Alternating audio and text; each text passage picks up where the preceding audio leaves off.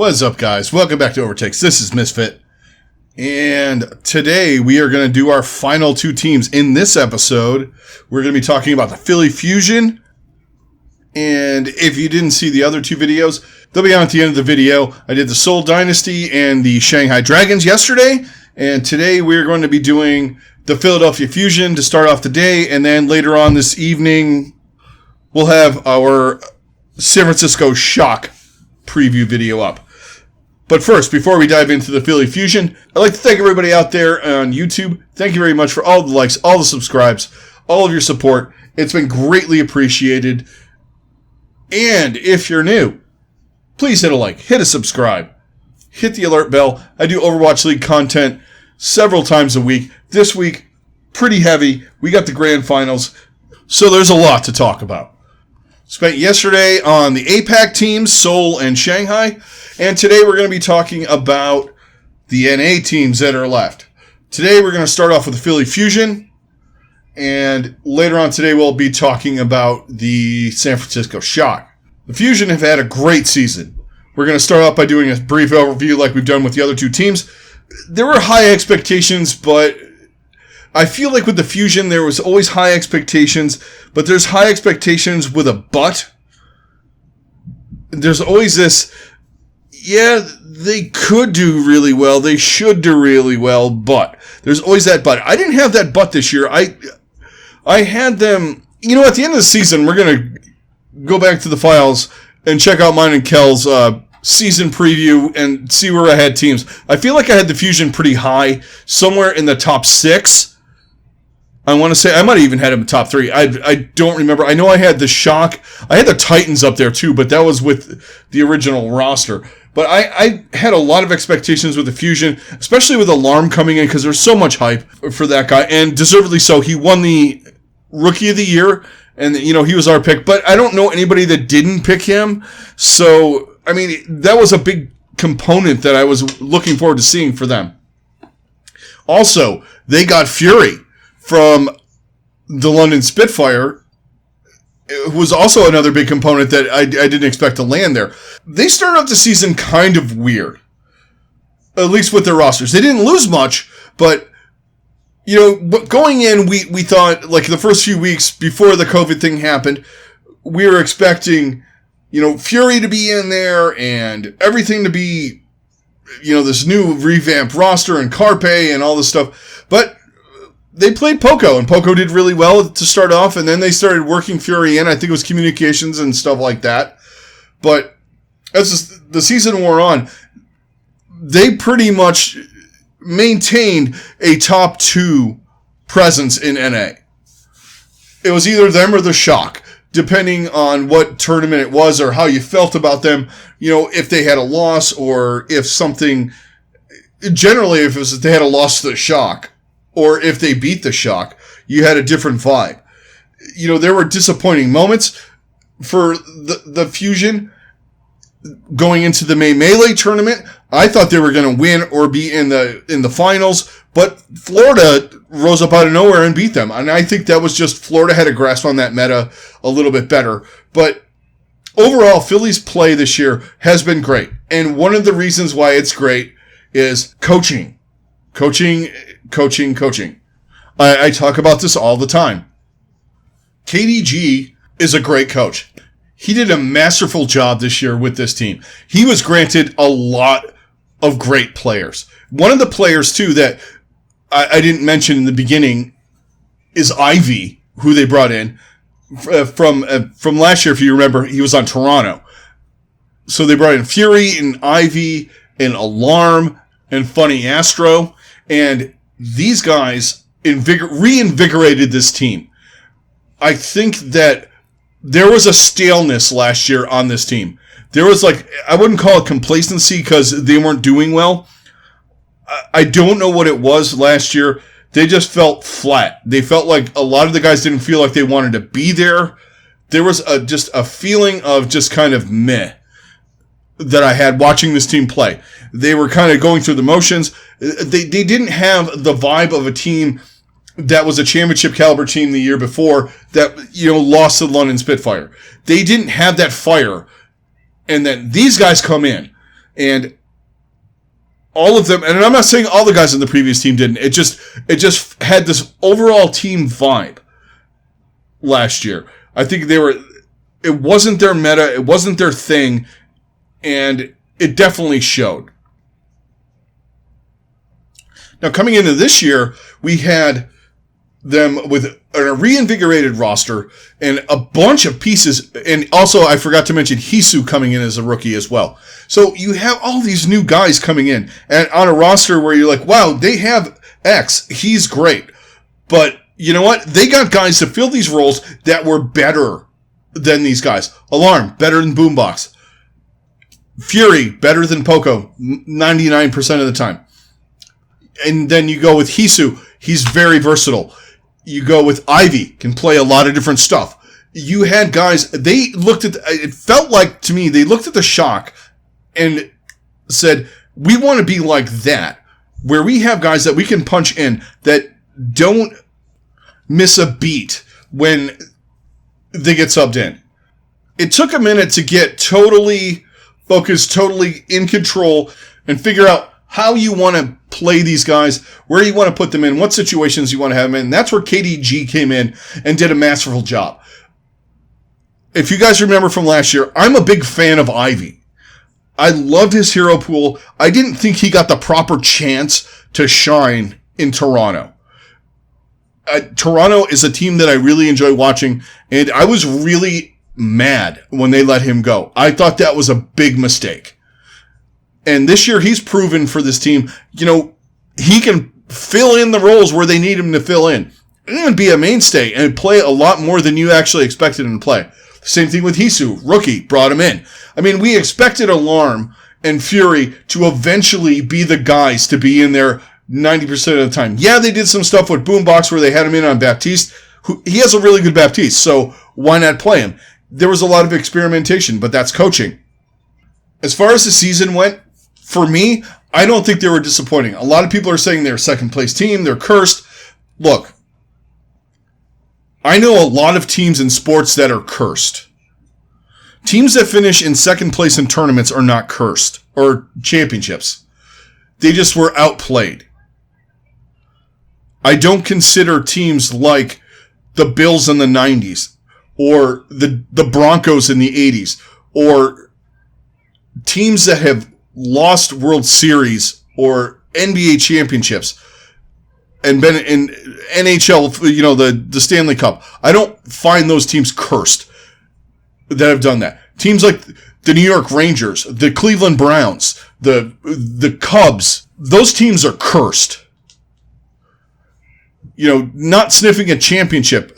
All right, the Rangers and the Cubs have gotten one championship in the last century. So maybe not as cursed as the other teams, if you see where I'm going here. They play at a really high level. They just happen to be going up against teams that were playing better than them. And that was the Shock. And, at the one moment that the Mayhem was at the peak of their game this year, they happened to go against them. So I'm not going to hold stuff like that against them. The two losses to the Shocks in the tournaments, right now, to me, it means nothing. It means you were the second best team. The Shock was just better than you on that day. It's a distinct difference, but let's dive into their roster. Now, we know a lot about their tank line. Sato. He's a point of contention for everybody from last year. Bring in Fraggy. Hashtag play Fraggy. I was one of the proponents for that. And Fury and Poco. Obviously, we're going to see Sato. He's going to be their main tank, and most likely we're going to get a lot of Fury. There could be points where if they try to run like some double off tanks, we see a little bit of Fury and Poco. I'm not throwing that out of the realm of possibility here. Sato, just a quick little note on Sato. Sato upped his game. But you know what? One of the things that upped his game, in my opinion, and I've said this throughout the whole season, was the one thing that he needed was a support line to support him and the tanks. He got the support he needed, and he could be that hyper-aggressive to the point of sometimes being over-aggressive tank. And it let him perform at a level that we hadn't seen in the Overwatch League yet. For me, off tank, I would play Fury all the time. Doesn't matter what the meta is, put him in. He can play Sigma, Diva to an extremely high level, probably one of the 2 or 3 best Divas in the league. And he's also a really good Roadhog if you need that. Not the best Roadhog on his team, that's one of the supports, and that's Boombox.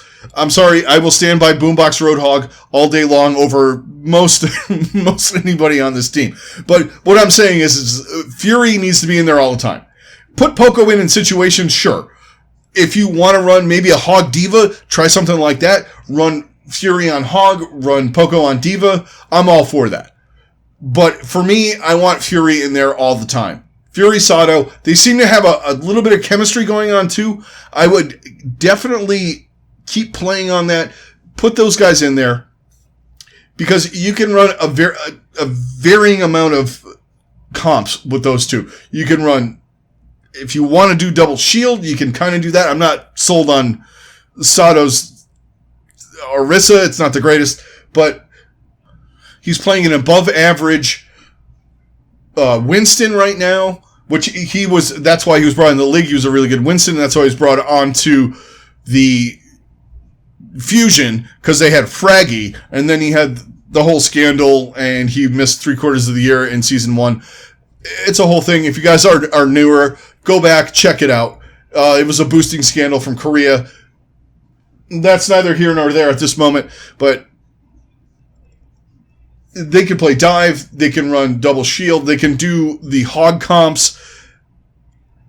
But I will say this, I do think that they are not the greatest tank line, the best tank line in the finals right now. And I said that yesterday. I go with Fearless and Void over any of these teams. Maybe the exception is Shock. I think right now, though, Sato and Fury or Sato and Poco are playing a little bit better than Gesture and Marvel on regular comps, not these hog pick comps that the Dynasty are running. But if it got down to a dive situation, I would take Sato and Fury over Gesture and Marvel. If you talked to me 6-8 months ago, I would never have said that. But right now, after watching these guys play these different comps and stuff like that, I would go with them. Obviously, your support line, you're going to have Alarm and Funny Astro in there. There might be an occasion where you see Boombox, but I don't think they're going to be busting out the Boombox Baptiste in the middle of the finals. I think you're going to get Alarm doing his thing on Ana and doing his thing on Zen, and FD God filling in on the main support role, playing either generally he's a Lucio God, either Lucio or Mercy. You might see him on something else, but Alarm covers all the other heroes. Moira, Zenyatta, he could play a decent enough Baptiste. They're set there. That is probably the strongest line on their team right now. Sure, you could say their DPS line is great. It is. Let's talk about that really quick. Okay, you got Carpe, Hisu, Ivy, and EQO. These are the 4 guys that you're going to see coming in and out for this team. And they're going to run different combinations of different things, but it seems like a lot of the time they've been running a lot of Ivy and Hisu. It seems to be working really well. Bring in Carpe in situations. That's fine. Maybe EQO if you want to run a little Pharah or Genji. But, Ivy can fill those holes really, really well. And if it's working, I say keep running Ivy. I'm a fan, so I'm going to say run Ivy and Hisu or Carpe and Hisu, but they're just set on that line. They're going to be insane, and I just can't wait to see what happens, especially if you get a Widow duel in the match with Shanghai, where you might have DM versus Carpe in a meaningful game, not like a weird game in the middle of the season last year. We got a playoff game with these two, and they might get a chance to do a Widow battle. It'll be fantastic. All right. Strengths for this team. Their support line is the best support line in the league as a whole, not just in the finals. they are going to keep this team in business. Between Alarm and Funny Astro, I think they are going to be just changing the tide of the games that they're in. It is one of the things that made this team go to where they are right now. The one piece that was missing, and and it's not that I don't think that Boombox and Neptuno were good last year and the year before. These two guys are just better. And it's blatantly obvious when you watch these matches how much better they play with these two guys in there. They just do all the work. It's just ridiculous to watch Alarm operate. To me, as much of an impact as Jonak made in Season 1, Alarm has made that in Season 3. That's how much better he's made this team. It's just fantastic to watch. Also, another one of their strengths, they have a fantastic roster with depth.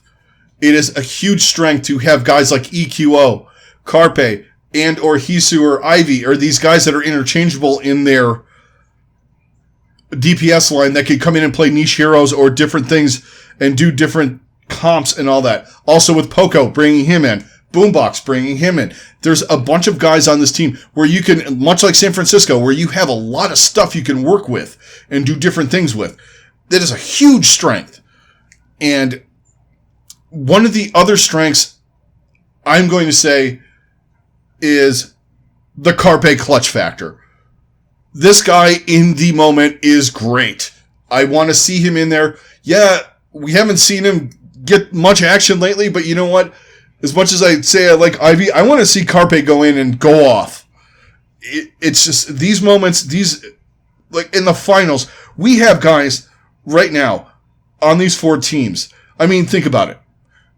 3 of the teams, you have Prophet, Fleta, and Carpe, and then on San Francisco, you have guys like Striker and Rascal, and just all of these clutch players. I want to see them all in going at it. And Carpe's one of these guys.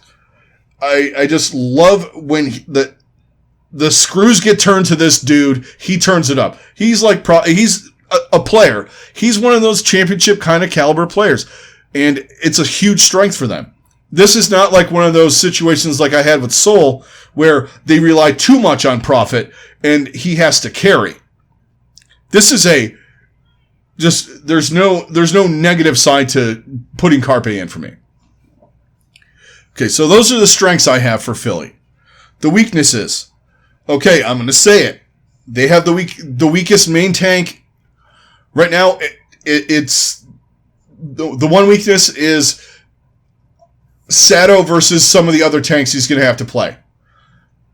I don't think it's that much of a gap, but going against Fearless and perhaps Smurf, those are tough matchups for that dude. I think he can have a good matchup against Gesture right now, but they're running those hog comps, so I don't know what they're going to run if it comes down to a dive situation or whatnot. But I think they need to get that situated and make sure he's not doing stupid shit, because that's what ends up happening sometimes. I think he presses and tries to do too much, and you don't want that if you're the Fusion. Now, mind you, it's really hard to find weaknesses on these teams as we go along. All of these teams are in the finals. They all were really good all year long. Soul was up and down. But one of the other weaknesses I see is some of the mentality issues with we're always second place, we're cursed. Sometimes I can feel the vibe watching them play especially when they were playing like against San Francisco in the meaningful matches. Like, once San Francisco started to get going, they tended to do the, oh shit, here we go again. That's a weakness. That's mechanically and things like that, they're not weak in any spot. It's just some of the things like this, like the mentality. One last thing I'm going to say and for the weaknesses, and that is just a couple of minor things. I want them to be a little bit more careful with some of their alt usage and alt economy, because sometimes they get in the hero mode. A couple of the guys get in this hero mode thing. Sato, occasionally Carpe, and sometimes Hisu when he's playing Sombra. they get in these hero mode situations where they think they're just going to turn the tide of the match right now. And they blow an ult and they screw like the whole ult economy up. I need them to clean that up a little bit. Just for my mental sanity watching them. Clean that up a little bit. Not too many other things that I can say negative about this team. They did great. All right. So how are they going to win? They're going to win. And for me, they've been playing well all year. This is their key to victory. Don't let the garbage that everybody's spewing about cursed, you're never going to win anything, or any of that stuff get in your head. If you lose a map, you lose a map. Fight on. You're from Philly. You got to go Rocky in this. Also, getting guys like Carpe invested and in there.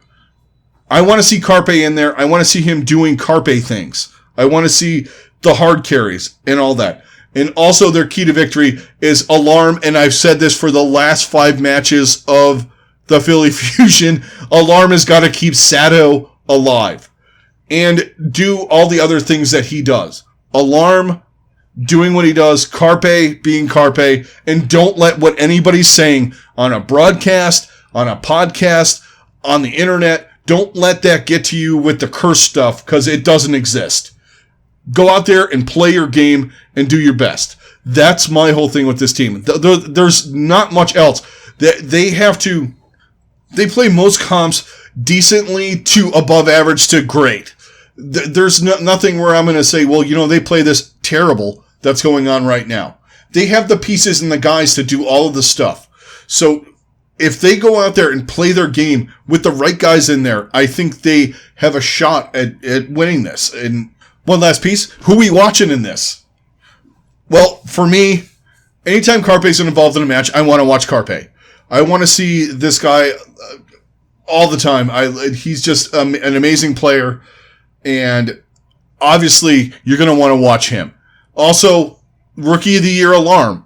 If you're a support player, watch this guy, especially if you play the flex supports like Zenyatta and Ana, Moira, those kind of characters. Watch this guy. And just on the whole, if you want to see great support play, watch Alarm. One last guy that I would watch when he's in there, if they're playing the Sombra, watch Hisu, see how he's doing. He's one of the best Sombras in the league. And when he starts getting the feel and the flow, he is just amazing to watch on Sombra. Him and Lip are the 2 best Sombras in the league, I would have to say, right now. 2 best Sombras left, especially in the grand finals. So watch him, especially, see what he's doing. I think it's a great watch. Of course, like I said yesterday, we don't have the Twitch thing, but they do have a way to do that on Twitter. It's not as good, but it's something you have to watch it live, though. All right, guys. So that's going to do it for my Fusion preview. Everybody out there in YouTube land, thank you very much. I appreciate all the likes, subscribes, all of the comments and things when we talk on either here or on social media. All the links are down below if you guys want to hit me up on any of the social media stuff. Greatly appreciate it. I love sharing my passion with other Overwatch League fans, getting everybody involved in a conversation about the league. That's going to do it for this episode, guys. Thank you very much for joining me. Everybody out there, stay safe. Have a good rest of your day. And we'll talk to you on the next one, which is the last preview of the teams. We're going to be talking San Francisco Shock. Talk to you then.